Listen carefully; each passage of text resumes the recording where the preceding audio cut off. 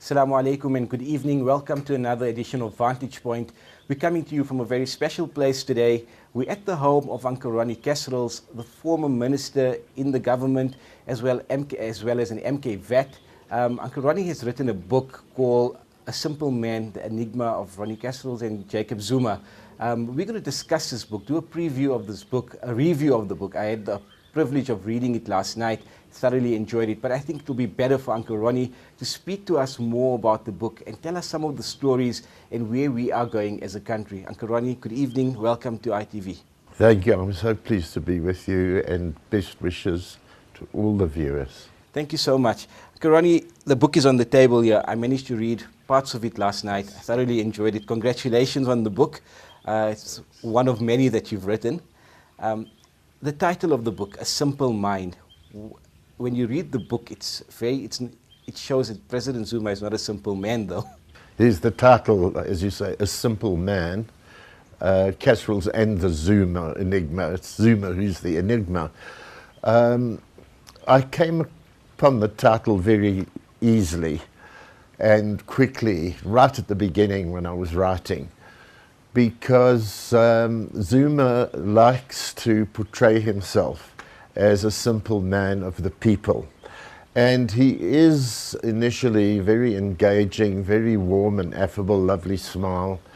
And over the years, people had taken to him in that way. But before long, doubts began to arise. And I'm talking about in the struggle period, long time ago, when I began working with him in 1980, in exile in Maputo. We were both engaged in building the ANC and Umkhonto we Sizwe underground in the country.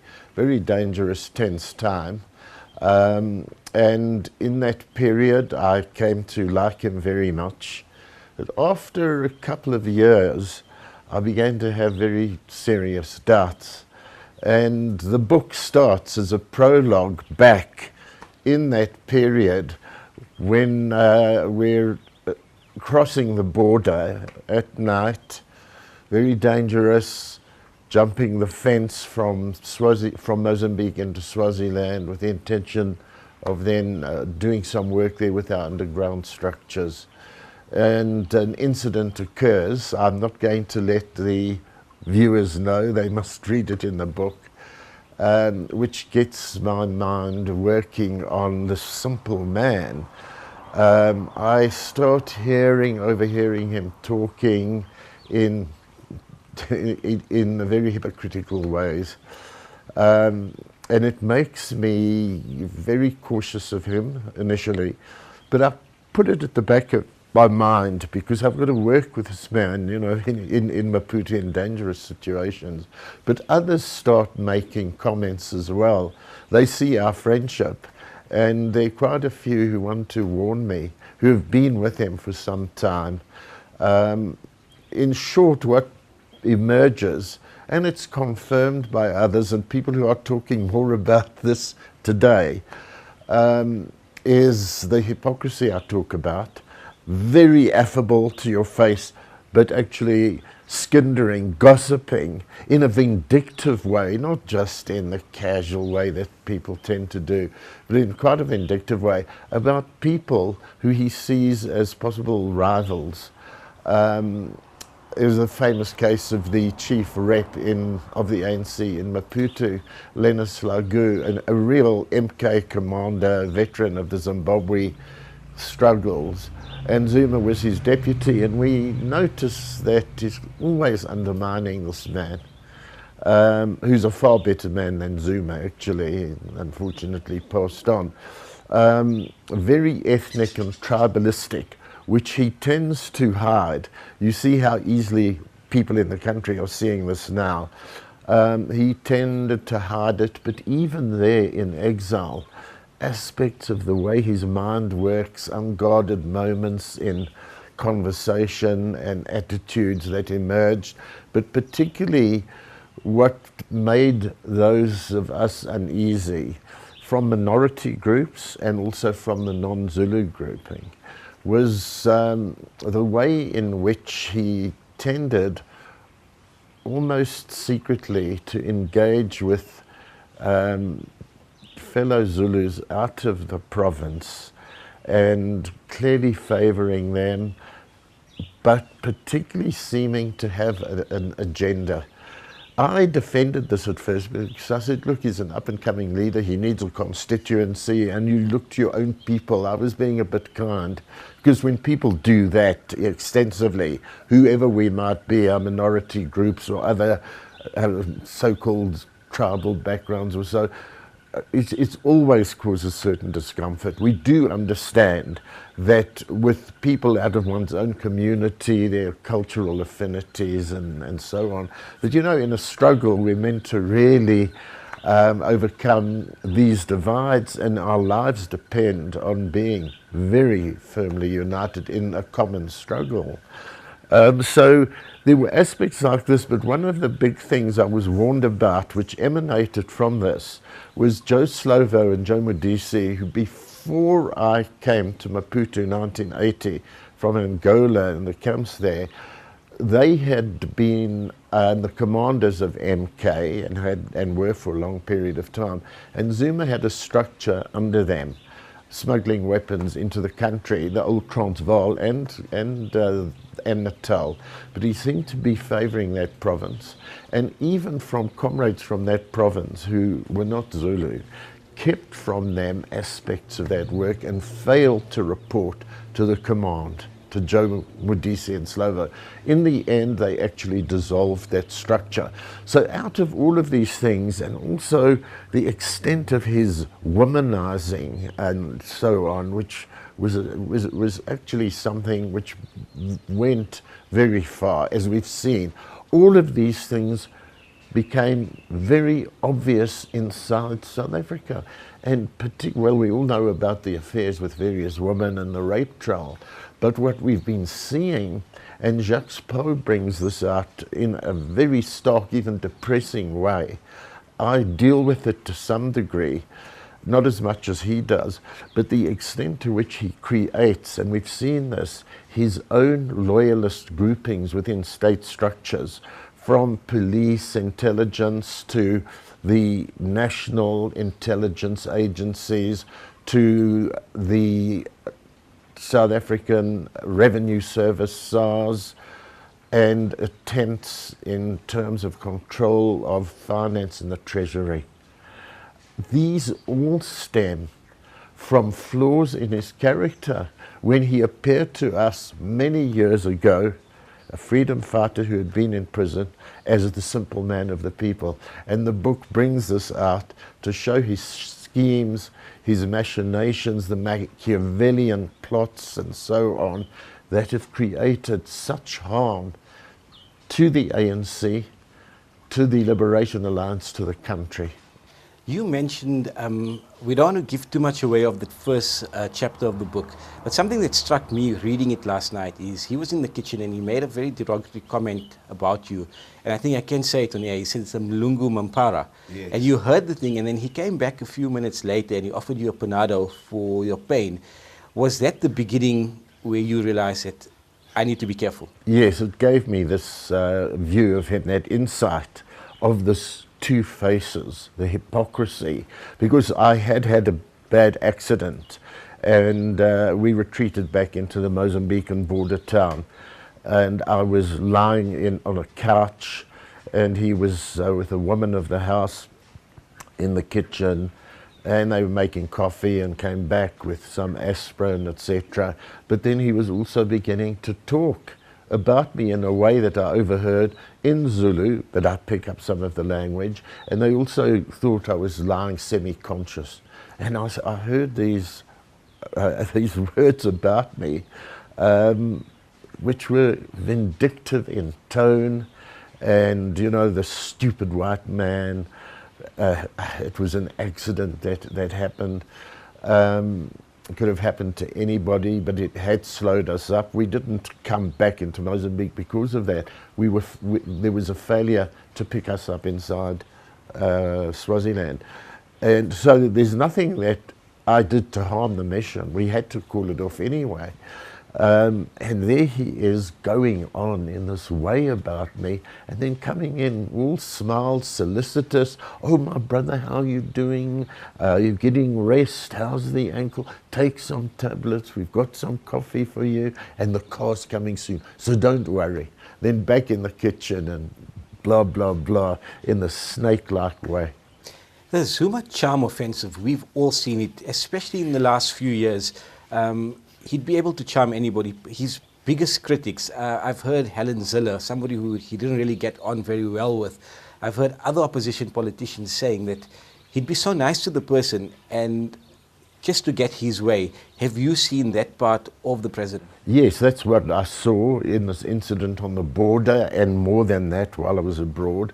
But then along with the rest of our country, we've seen it. It's so manifest. A snake charmer, to be sure.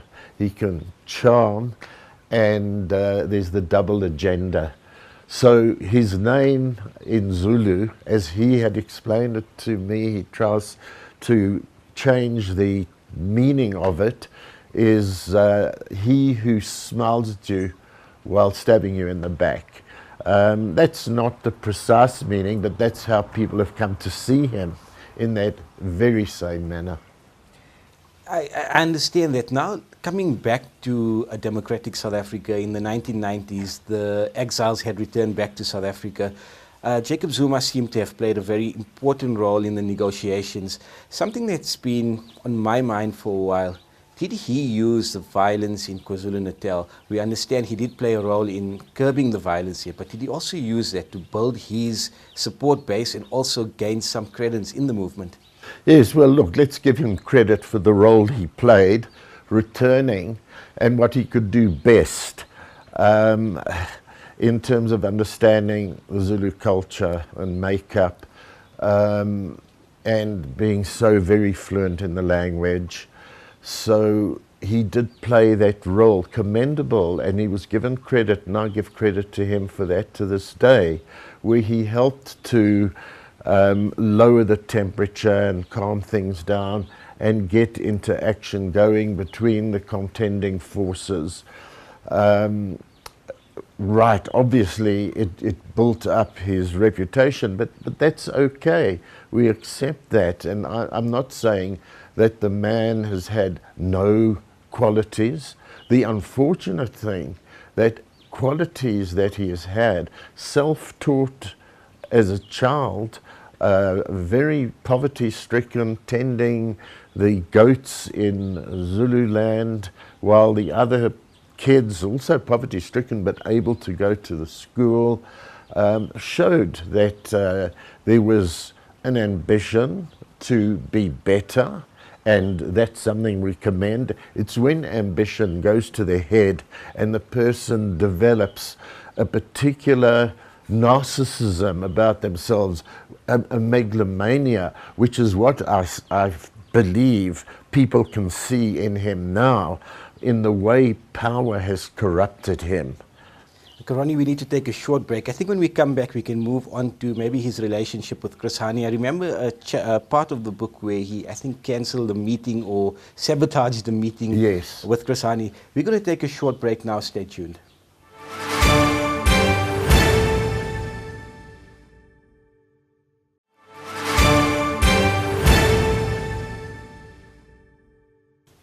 Welcome back to Vantage Point.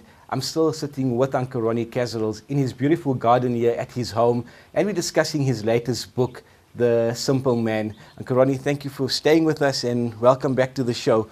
Before the break, we were speaking about President Zuma, Jacob Zuma, the enigma of the man. Something that struck me in the book also was his relationship with Chris Hani. We all know the status which Chris Hani is held in this country. There always seems to be people who didn't like him. But Chris Hani always stood for what he believed in, and he always came across as being a man of the people.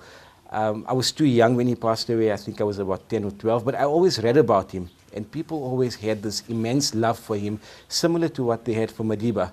But in your book, you mentioned something during an incident with President Jacob Zuma, Chris Hani, in a meeting that was supposed to have been held. Yes, this is in Maputo, and Chris Hani has been based in Lesotho. Had to be redeployed from there because his life was under grave threat. And for a while he came and worked with us in Maputo. So we ran the underground structures in Swaziland and from there into the country. So the comrades in Swaziland were really keen to meet him. And I was in and out of Swaziland, so made the arrangement. And then I had to go abroad. When I got back, I asked Chris, how was it in Swaziland? And he laughed and he said, oh, I didn't make it. And I said, why not? He said, well, Zuma actually stopped it. And I said, what reason? And he laughed disbelievingly. He said, oh, he said there were security threats. Then it would be unsafe for him, Chris, to go. We laughed at that in terms of disbelief. And maybe there had been something of a threat and it had to be called off. But the fact that we doubted Zuma, that we felt what he was doing was using an excuse to prevent Chris from going in and being embraced as a leader. And of course his influence would have grown there and Zuma's would have diminished. So this rivalry, which already I've mentioned about the chief rep of the ANC, Lennis Lagu, in Maputo, this is something about Zuma that we've seen. He's content to be the deputy to President to Thabo Mbeki, but he's actually got a real intense needle for Mbeki as someone who he feels must be preventing him from becoming leader of the country. So he builds up always a malicious attitude to people who are in his way.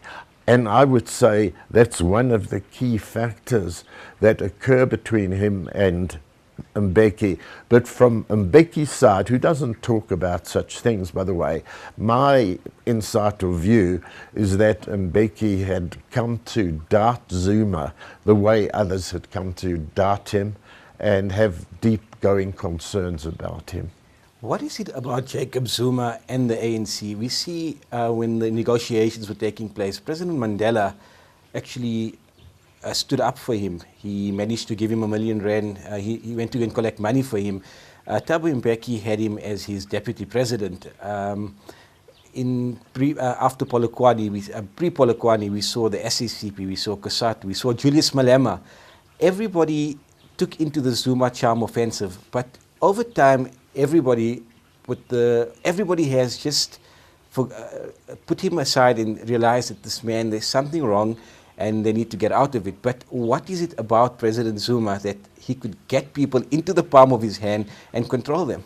Well, I think he's got that dubious ability that we've already referred to of a snake charmer, a two-faced person. We know this in life. There are many people like this. Everybody's come across this kind of character, a narcissist in the family circle or in the neighborhood or in school or in business. In politics, you see it in a very marked way because power resides there. So I would say this is something innate in the man. It develops over time. I'm not a psychiatrist and I haven't had the ability to have Zuma on a couch telling me about all his life and his woes. So we've judged him on the basis of behavior. And this is where the starting point is always, what a fine guy. And then through the relationship, elements emerge and people see him for what he truly is. I think that Mandela, when he says, and said that we never expected our people to behave as in the corrupt way of apartheid, and that's been one of our greatest causes of unhappiness. Has the type of Zuma in mind, because soon after he comes into the country from exile, we found him in being embraced, but also embracing dubious characters who want to make money out of the new dispensation, some of whom have been kept out by apartheid, others who are whites as well, who manage to get close, who do him favours. Shabir Sheikh, of course, stands out in that period as a very small character of the times, but that was something new happening. It led, as we know, to a corruption case in which Zuma's had the judge pointing a finger at Zuma, and these 783 charges of corruption, fraud and racketeering emerging. But Mandela, who depends on Zuma, he needs an effective ANC person who's of Zulu background and can do things within the crucible of KZN, which is on fire, and then soon realizes that this man is getting deeply into debt and in the hands of people who are corruptors of people like him, and finds $1 million for Zuma, but it doesn't help. I say in the book that Madiba is being too trusting and somewhat naive, because with this kind of character, who's actually driven by such greed and avarice for power and wealth, 1 million whets the appetite. It just gets him to look for easy funds wherever he can pick it up from, more and more. And so he gets deeper into the mire with people who are buying him off. When did this corruption start? I think there's a chapter in the book, where did it begin? Because it's happened on the watch of President Mandela, President Mbeki, President Motlanthe, and it's carried on during the Zuma years. But was there nobody in the ruling party or the alliance partners who could stand up and say, this needs to stop now, enough lip service to what's happening? Why hadn't anybody stood up to Zuma? Well, you know, you previously asked about how he even gets the Communist Party in Kusatu into his tent, in supporting him to topple Mbeki. People see in him someone who can replace Mbeki, who I regard as an honest person, who has never been looking to put money in his pocket. Maybe Mbeki had his own flaws. Or has certain flaws that people don't find attractive. I think it's been overplayed to a degree. I think from white society, Mbeki's the very intelligent black man who then starts talking about two nations of rich and poor, and that's when you see white society and parties tending to be very critical. But on the left, the Communist Party in Kusatu, they see in Zuma a possibility of replacing Mbeki, and as Blade and Zimandi said to me when I had a debate with him warning the Communist Party against supporting Zuma, this man will be advantageous to the left and will open up space for us. So they opportunistic in relation to that. Zuma plays off these particular tensions and contradictions to get support, and he does that very, very cleverly. So this we see building up, but the ANC then, knowing certain flaws, because by the time of Polokwane, we've had the Shabir Sheikh trial and the allegations about Zuma, which are still there today, which is he's tried to keep himself out of court and prison. But there's been this scandal with a young woman who had been like he had been like an uncle to her, not the way you say Uncle Ronnie, but very much closer in a family sense. The parents who were ANC parents in Swaziland, who he and I would visit and be with at times, and this was a 6-year-old girl when we were 40-year-old men, who was a lovely young girl who ran errands for us. She's now in her early 30s and he takes advantage of her. She says it's rape. He's fortunate, I would say, fortunate in the sense, I'm not saying he's guilty, he's found not guilty, in that the court is very much male orientated, an old Afrikaner judge who doesn't believe things she's saying. Zak Yaqub, the eminent judge from the Constitutional Court, has remarked about how wrong that judge dealt with her and evidence brought forth about her. But the country has seen this, the ANC sees it, and COSATU and the Communist Party, even with the man being found not guilty, any half-decent organization, party movement would say, you know, this is too much. There's the Shabir Sheikh corruption issues. There's now this rape allegation. Even in your own terms, you say that you decided to have sex with her, that she had drawn you, that you had no control over your libido. This is an adult man who would be the head of a country speaking this way, taking a shower after unprotected sex with someone who's openly HIV positive. And they go on supporting this man. So the question is how, and I think this is where we've seen a decline in the ANC and its morality, its standards, that it was prepared to overlook that. And overall, because they want Zuma and not Mbeki.